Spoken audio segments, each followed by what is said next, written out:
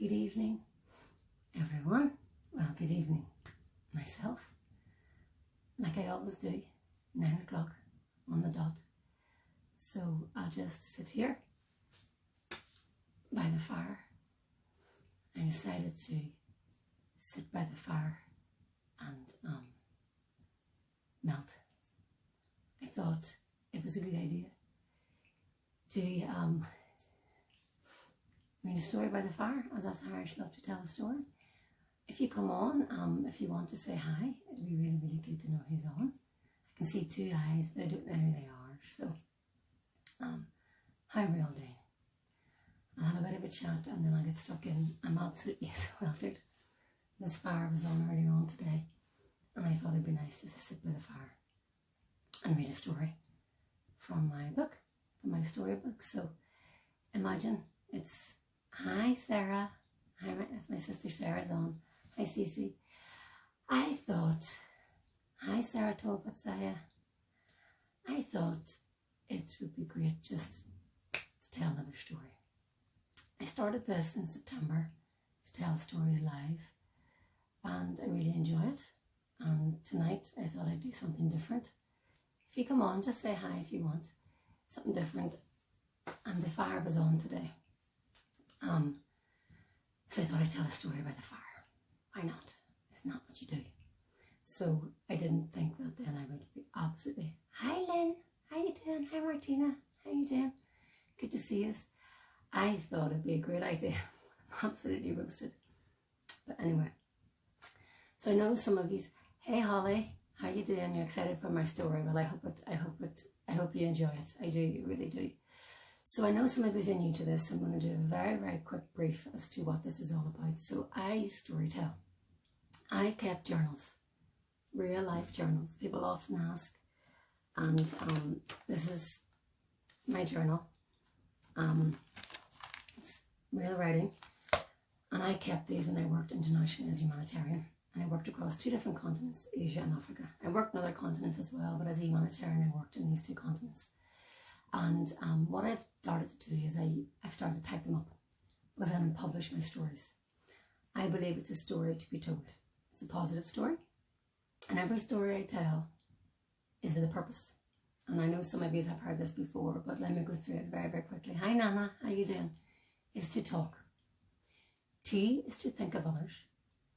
A is to appreciate what you have. L is to learn new different cultures and perspectives. And K is to know more about the world. So if you can bear those things in mind, T-A-L-K, when you listen to the story. And how this works for anybody who's new. Hi Nana, how you doing? I tell a story. I've typed up a story. So I've started, last September I started, and from September to December I was in Afghanistan. So again, very quickly, I moved from Afghanistan to Ethiopia, and then Ethiopia to Angola, and beyond and beyond and beyond. But I don't want to dwell on that too much. I have my Ethiopian story here this evening. So I wanted to pick up, so the last one in December was me finishing up, I think, in Afghanistan. Hey Laurie, how you doing? Good to see you online. And this one is me entering Ethiopia. So very different, very, very different. And for anybody who's new, I simply read the story, and if you want to comment, or if you want to comment at the end, or you want to have a chat about anything, go on ahead. It can last between 15 minutes and between 40 minutes, however it goes. So I just wanted to share stories. I am typing them up. I'm in a group, and I've been typing every day pretty much. So I'm almost finished Ethiopia. I'll be going into Angola soon. The idea is to get these typed up as quickly as I can, to get this book published, to get this book out into the world. Because it's a story of generosity, of friendship, of hope, of resilience, of welcome. It's a story of humanity. We're all different, but yet we're all the same. And I very much rejoice in our differences through education. And this is part of an education to tell stories. So before I melt, I'm going to begin. So, like I said, if you want to comment or not, as the case may be, no problem, but I'm just going to start reading. So, Sunday the 9th of November 2002 at 2 a.m. So really it's Sunday the 10th. Hi sis, hi Sarah. I am here. I have made it. I am on the continent of Africa. It is 2 a.m. in the morning and I've arrived into Addis Ababa after a long haul flight from London. I'm exhausted. It is cold here, which is confusing. I was told this before I left, so I'm glad I have several layers on. Hi Kim, good to see you. I left my 2 friends in Dublin, which was difficult, a good few hours ago. I'm already thinking about going home for Christmas. The goodbyes don't get any easier. The airport checks are a little bit more advanced than Mazar. Mazar is from Afghanistan. For a start, there's an airport building. The plane I landed in is big, so I eagerly wait in line for the usual passport checks. My time is up, and I walk up to passport control, an open desk with staff standing behind it, just to say, this is my draft one. Nobody ever produces a book with draft one, so this is my rough draft from my typing, so please bear that in mind. I present my passport and my yellow medical card in silence to a man. The passport control man thoroughly checks my passport and speaks to me in English, and all is well. He smiles, stamps my visa and yellow card, and says I can go. He shows me the most perfectly white, toothed smile. He can sense I'm a little nervous, as this time I flew on my own, so maybe his smile is also to try and relax me. Hi Israel, how you doing? Good to see you. My yellow card is as important as my visa. I have lost count of the number of injections I had to get before I came here. I had to get a special one for yellow fever, as there is a risk here. Better to be safe than sorry. Well, you can't actually get in unless you have it as an international, so I'm told. I feel very out of my depth here, not because of my skills or my experiences, but because the colour of my skin and the colour of my hair. Everyone looks so different to me. I knew I had very translucent, white, freckly Irish skin, but I feel as if I'm almost see-through here. I don't feel uncomfortable, but I just feel like I stand out more. I have a flashback to the picture of my home economics A-level book of the 2 young malnourished African children, and I smile to myself in a respectful way. I knew these children were malnourished and sick, but now I'm here on the continent of Africa in Ethiopia, about to embark on a second mission as a nutritionist, once again in the middle of nowhere. Addis is only where I fly into, as I'm not going to be based here. I walk through the automatic doors and into the arrivals area and head over to the noisy, hot and overcrowded luggage carousel. It is not as busy as it was in Islamabad, but still busy. There are lots of men walking around trying to get my attention to see if I want help with my bag when it comes. I wait. I wait. I wait. Nothing comes. Nothing comes in the carousel for me. So I'm here with my carry-on bag, which does not contain an overnight bag of toiletries or even a change of pants. Hey Jay! Oh, thank you so much. Thank you so much. I clock this in my memory for the next time when I fly to have an overnight bag and clothes in my carry-on. The funny thing is, the rucksack is brand spanking new. My mummy and I were busy looking for one only one day ago. I needed a new one as my one from Mazar was bust. This is my early Christmas present from my folks. 2 ladies meet me, who are nice. One is Scottish and one is English. There is a driver waiting outside for us, so off we go, back to the house, without my rucksack. I'm told this is common, but I don't want it to be my bag, as it isn't the way I want to start this mission. I don't really have a choice, do I? I put things into perspective, as I know Ethiopia is on the cusp of yet another famine, and I think I can survive without my rucksack for a couple of days. I arrived back at the house around 3 o'clock. The trip was rather short and dark. Once the driver pulled out of the very, very bright, well-lit airport, the rest of the journey was quite dark, as there aren't any streetlights. It's funny, it smells different from Afghanistan. I don't mean because there aren't any open sewers, it just smells different. The air seems heavier and I can smell smog. I suppose I will see it in daylight tomorrow. Once again, the house is in a compound And when we arrive up to the gates, a guard appears like a jack-in-the-box out of the guard hut. I think he may have been sleeping before our arrival. Well, it is 3 a.m. in the morning. We drive up to a beautiful house with the most beautiful flowers. I can't tell their colours yet as it is dark. It is hard to believe the vision. It is hard to believe this vision with the vision I only have in my head from Ethiopia. That being when I was 10 and Live Aid, Feed the World was on TV. I'm sure we all can remember those visions. It's very lush and the house is very modern and made from wood. It isn't 3-story like the one in Mazar, so it blends in with the surroundings rather than sticking out like a sore thumb. On my first impression, 3 o'clock in the morning. I need to stop comparing this place to Afghanistan because I don't want to turn into one of those experienced expats who just talk about all their different missions over and over and over again. Inside, the house is beautiful, but it is cold in here too.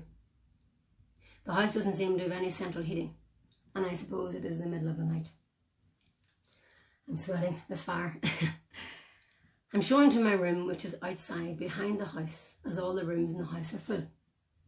One in, one out, so when someone leaves, I'm told I can then move inside the house. My room is basic. I have a bed off the floor this time, a table, a chair, and a chest of drawers.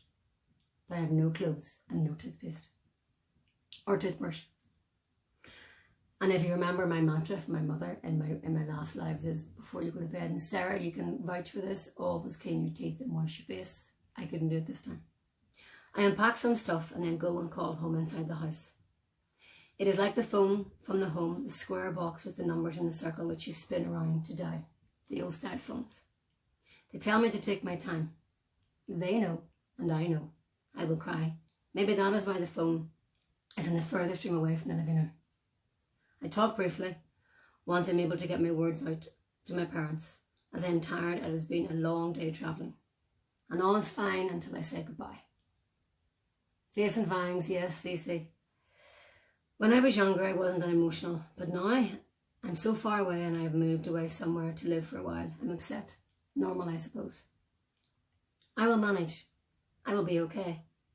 I have done this once and I can do this again. I dry my eyes.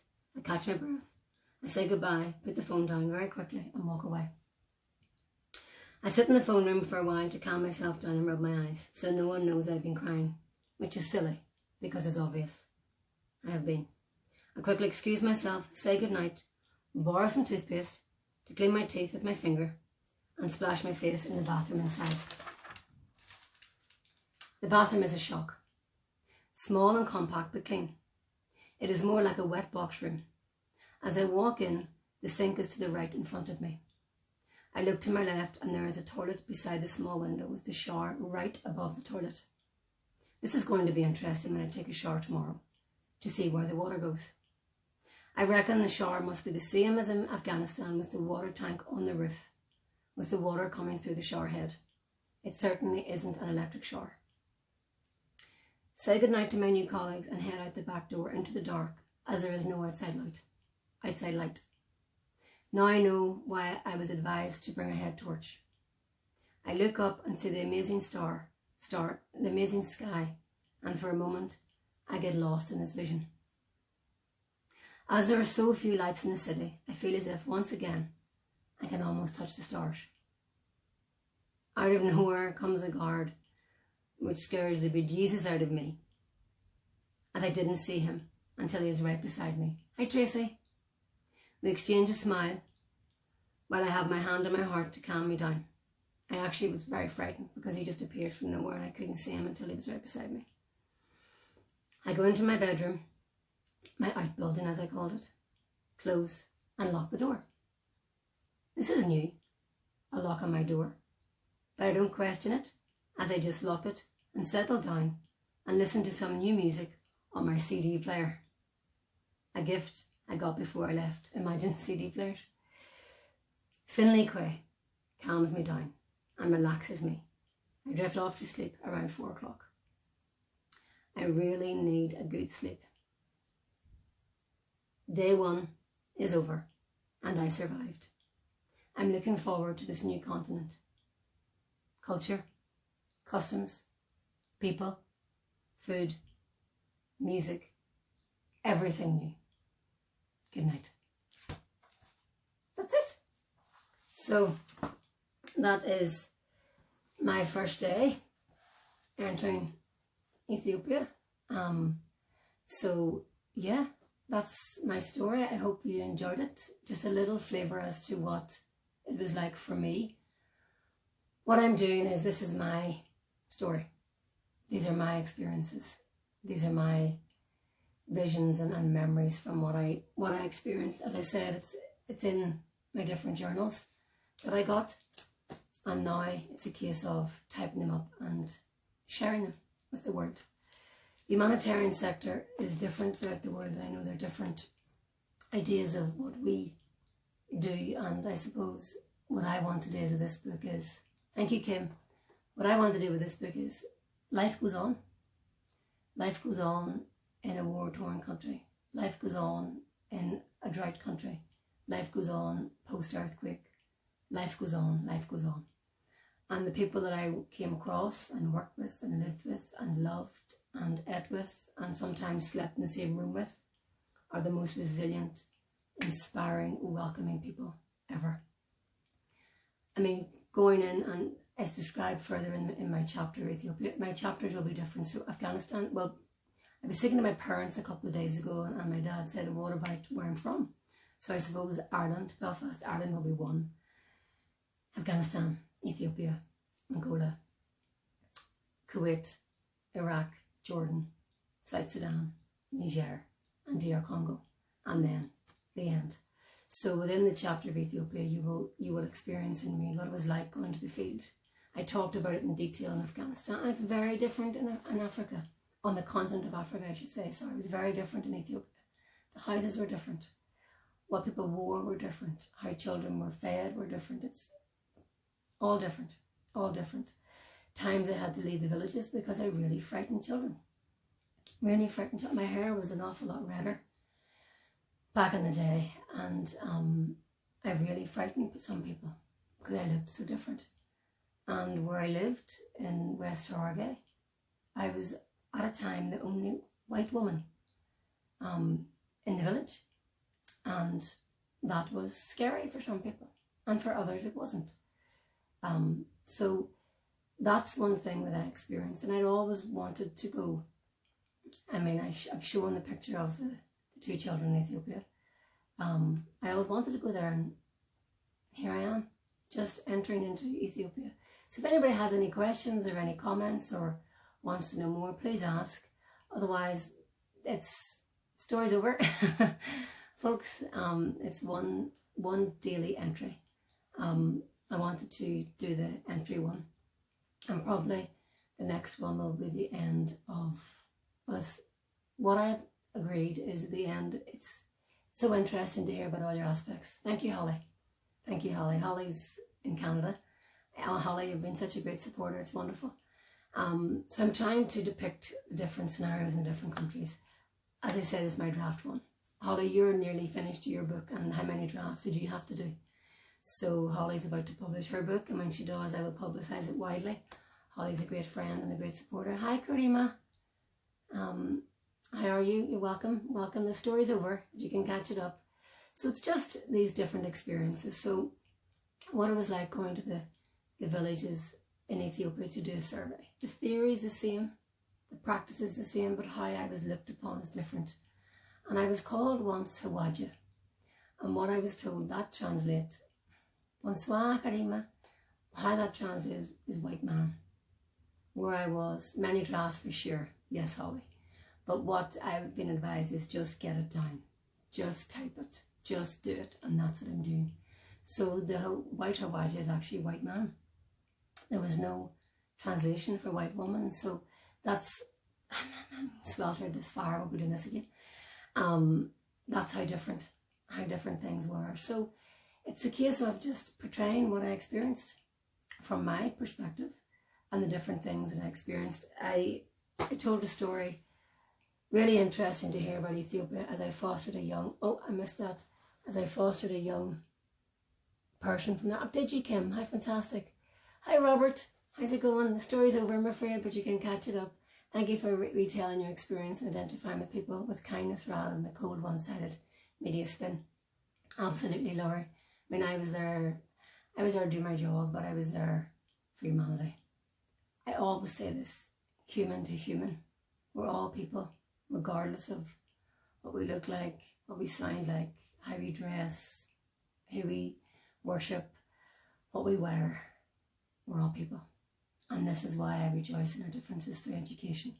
My business is Unique New Adventure Limited, and that's what I do. I rejoice through our differences through education. So we are different. Of course we're different. People down the road from me in a different county in Ireland are different. I love the fireplace. I have one also. They do get very warm. Yes, Holly, I just had this vision, you know, when you see old pictures of Ireland, you see usually men sitting telling stories, different colours, one people. Israel, 100%. 100%. I look beyond that. I'm not naive not to take it on board, but I look beyond because we're people. I've often said this, under the skin we're the same. We love the same. We hurt the same. Our organs are the same. We just look different. And isn't it wonderful that we all look different, because the world would be such a strange, boring place if we all looked the same. What was your biggest surprise in Ethiopia? The biggest surprise, I suppose, was, well, first of all, was the weather, Holly. It was cold at night. So really, really hot. And I'll depict this in a few weeks' time, but going to the villages, I had to start really early with the team. So I would have got up at 5:30. The irony is that's now the time I get up at, to get out to the field, particularly in the mountainous areas, to get home before the sun came up. Because, excuse me, really, hi Matt, how's it going? Welcome. Really, really hot when the sun came up, but then really, really cold. Really, really cold in the evening. So that, I suppose, was one. And then the different colours of people, and I mean this in the most respectful way. You all know I'm extremely respectful, but just the different that really surprises me. Well, I was told it was going to be cold. And when I then moved to Niger, further down in my book, I used to run in the morning, and it was really cold. Hi Kira, how you doing? Welcome. It was really, really cold. But then as you ran, it got warmer, and then as the sun came up, it was really warm. So I suppose the heat initially, and then the different looks of the Ethiopian people, the most beautiful, gorgeous people, absolutely, and the beautiful, fine features and beautiful, beautiful skin colour. I did one day, and I was writing it a while ago, have a moment with this lady, and she had a moment with me. And how it was described to me, again, with respect, someone told me she was blue-black, so really, really dark, and I'm really, really white. And for a moment in an office, and I worked for Gold at the time, we just stared at each other. We literally stared at each other. Now it seemed like forever, but it probably was a minute or two. She was just looking at me because I was so different from her. And I was looking at her because I was so different from her. And it was just a moment of, wow. So that kind of got me. And then when I was in a couple of scenarios, when it was flipped, I suppose, being the only white person, white-skinned person where I lived, was quite a surprise, because the children had never seen. And there's a story when I went out for a run one night, and yeah, it was dangerous towards the end, because there were maybe 40 or 50 children wanting to run in front of me, touching me, just because I looked so different. So the heat, the weather, and then just the different features. Afghan people are very different again. So when I worked in these individual countries, I was there as a nutritionist, and there's a weight for height table, okay, and it's actually set on a particular body shape. And in certain African countries, the table wasn't terribly reliable because some people were very, very tall. So when I was in South Sudan, it was really, really, really tall people, like almost 7 foot. So the child, would look almost malnourished when they're not. So it was just the different features. And there was one time, because it wasn't colonised, It was tried and it wasn't. It was, I think they're very proud people as well. There was a moment when I saw people eating spaghetti with their hands, which is possible. I could never do. And the different foods. They eat injera in Ethiopia, and there are Muslim days and there are Christian days. So there's days with no meat and there's days with vegetables. And that was wonderful. Because just the differences. The fresh papaya, oh my God, I'm celebrating. The fresh papaya, you would just cut it open at about this size. Cut it open and eat it like yogurt. So the freshness of the fruit, I suppose, was a great surprise as well, because you go to the market and the colour and the smells. I mean, I came home and I wanted papaya when I was in Ethiopia, and I wanted mango when I was in South Sudan, and they were never the same. Because when you go to the country, you go to the source. Oh, you can't compare the taste. So that, I suppose, the weather, the features being so different, and then the different types of food. That would be the surprises to me. But the welcome was the same. Very respectful. Very welcoming. The fresh fruit would be awesome. It was, and lots of fruit salads and lots of fresh vegetables as well. What did happen when I was in Ethiopia, which didn't happen in Afghanistan, this is my second mission, was a massive big pot, about that size, a silver vat of popcorn was made. Kernels, and it sat in the house, and that was your snack during the day. It is a very nutritious snack. So you just go in and you take a bowl, and that would be your snack. So if you're feeling peckish, you could have the fruit, or you could have the fresh popcorn, and that was made in the morning. We had cooks and chefs in the house, long days, employment, increasing capacity for nationals, and all of that. So it was great. It was really, really great. I was there for about 6-7 weeks. I thought I was going to be there for longer. I wasn't there for a very long period of time, but I was there with a purpose, to do a survey, and it was a repeat survey because of what had gone on before with the famines.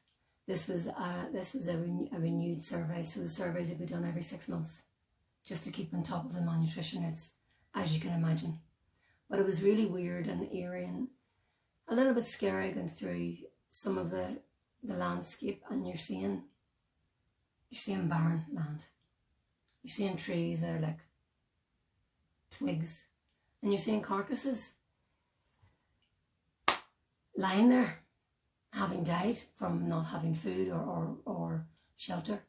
You've had some intriguing cultural experiences. You have a gift for storytelling. Thank you very much, Holly. Thank you very much. That means an awful lot. I do. And it dawned on me a number of years ago, I want to share these experiences. We all have experiences, but these are very different experiences, and I believe they are unique. They're unique to me. There are humanitarians out there. I've actually a friend of mine, Phil Jones, he's publishing his book next month. We actually worked together. Really strange story, I have to tell you this. I was in LinkedIn. There's Linda Clark, this lady who's an international humanitarian like myself, and she put a post on, and we were commenting back and forth, and then this guy jumps in, and his business name is there, not his name. And as it turned out, we were neighbours. When I was in Iraq for the first time, he lived across the compound from our compound. We knew each other. So we've reconnected after all these years, and he's publishing his book, his memoir, next month. So I'll be interested to read that. So there aren't many out there, but I want to keep mine as real as possible. And pretty much everything that happened to me is in there. The good, the bad, and the ugly. The scary, the happy, the sad, the homesickness, the food, the sickness, getting my heart broken, meeting new people from all over the world, thinking differently, having conversations that I would never, ever have had, meeting people who are so different from me. Small world. Holly, I couldn't believe it, absolutely. Phil Jones, we were neighbours. We were across the compound from each other. The art of telling one's experience is unique. Then you see the world through the voice and words of the storyteller. Yes. Well, Israel, I hope this is the first story that you heard me tell, so I hope you enjoyed it. You wanted to be tagged for this story, so I hope you enjoyed this. I'm writing it up day by day. That's the way it's going to look. That's the way I see my book. It may change. it may change to 10 stories. But what I have to do is I need to paint the picture going into these countries, because not everybody has been to Ethiopia, and everybody has been in the continent of Africa or been in the continent of Asia. You may have, but you may not. So I need to depict it from where I'm at. So it is an art, and I'm getting together my draft one. I've also started to share some poetry as well, and my experiences worldwide come into that, and where I'm at right now come into that, because I think, hi Danielle, good to see you. I think it's important to bring our experiences into what we're doing right now. You may see the pictures of my family behind me. If anybody's wondering, I did this. I was single. I started when I was 25, 26. I'll be 46 in July. So it's many years later, but still as fresh. I close my eyes and I'm there. So I want to, as I say, share it and rejoice in our differences through education, through my stories, because that's how we learn. I'm enjoying this, and it is important to share them. Learning is constant. Absolutely, Israel. Absolutely. Without being cheesy and corny, every day is a learning day. And I remember stuff that I have forgotten when I'm reading my journals. And, you know, with my journals, you know, the day could be a paragraph. You know, the day could be a paragraph, but I'm then describing everything. And you know what jumps out to me is exercise, internet, and being connected to family and friends, which was limited, and food and work. So I was there to work, but I also had, when I was in Ethiopia, I had a 2-day weekend. Some of you may remember when I was in Afghanistan, it was a 1-day weekend. So that was massive. The fact that I had 2 days off. But you weren't really off because you were living in a compound which wasn't too far away from your office. And if something had to be done, you did it. But I did try and remove myself from work when I was in Ethiopia, because it was busy. In Afghanistan it was busy too, but I had 1 day off. So if no one has anything else, that's my life for January. I mean, how is it the end of January? I don't know. So I've committed to the last day of each month, the whole year. So the idea is to publish this book. I have a date in my head, which is the date I entered the humanitarian sector, which is the 14th of March, 2022, 20 years. But it could be before. So, as I said, it's part of what I want to do. There's education in it. You know, within that story, I talked about the very, very start. Each story is told with a purpose to talk. So I hope I've helped you think of others. I hope I've helped you appreciate. You're very welcome, Holly. I hope I've helped you appreciate what you have. I hope you've learned maybe different perspectives or different cultures from what I talked about. And I hope now you know more about the world. Holly, you now know it's cold in Africa, on the African continent. That's something new. So I hope that you've taken something away. I'd be interested to see if you have. And if you haven't, well, that's okay too. Maybe these stories aren't new to you, but I will continue on. It's something I'm very passionate about. I will get upset with some stories. When I was rereading this story, I did get upset to myself because it's there, it's real. It was me. And saying goodbyes to my parents was always tricky. I now live at home and I don't live that far away. I have a sister Sarah online here tonight and she lives far away. So I know what it's like to live away from home. I chose then to come back and I'm now back home. Looking forward to the next story already. Thanks Cece, thanks Sarah. So I don't know where the next story is going to be. I might share one in Ethiopia. I have a couple of funny stories in Ethiopia, like going to get my hair done in a salon and there's no plugged in water, like going for a run for the first time in Ethiopia and falling and being helped by these tall Ethiopian athletes, and I couldn't run because of the high altitude. That's something that really struck me, and Holly actually forgot about. High altitude training. I personally know why athletes do it, because when I came home I was running a 4-minute mile. I went out and I was like, what? So quick. So that was quite a shock to my system as well. And then just experiencing the local customs and the local ways, and the famous coffee ceremony. I love my coffee.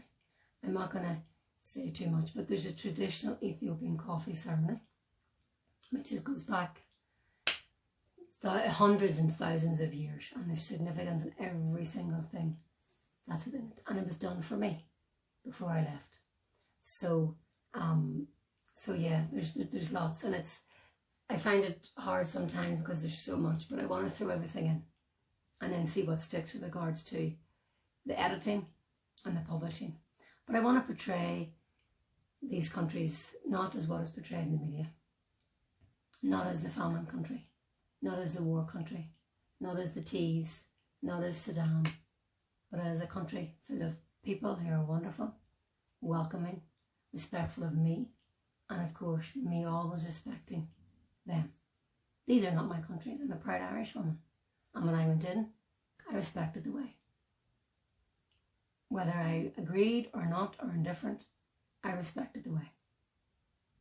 And that, I feel, it was important. It's what I have always done and what I will continue to do, because I was welcomed into the country.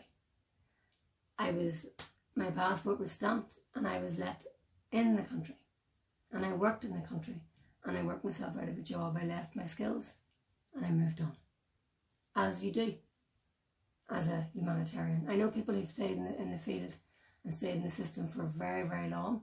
My dear friend Liz, she's doing it now 20 years. I know that, and you can move around from place to place. If that's what one wants, that's great. I knew I wanted to, when I finally hung my boots up, I knew I wanted to come home and get married and have children and whatnot. But I do want to get back out again to development. I couldn't do emergency again. I couldn't. Seeing severely malnourished children, and severely malnourished African children look very different from Asian children. They look actually they look worse, if that makes sense. And I saw different types of malnutrition. I saw edema, I saw kwashiorkor marasmus, different types of malnutrition, so hard hitting.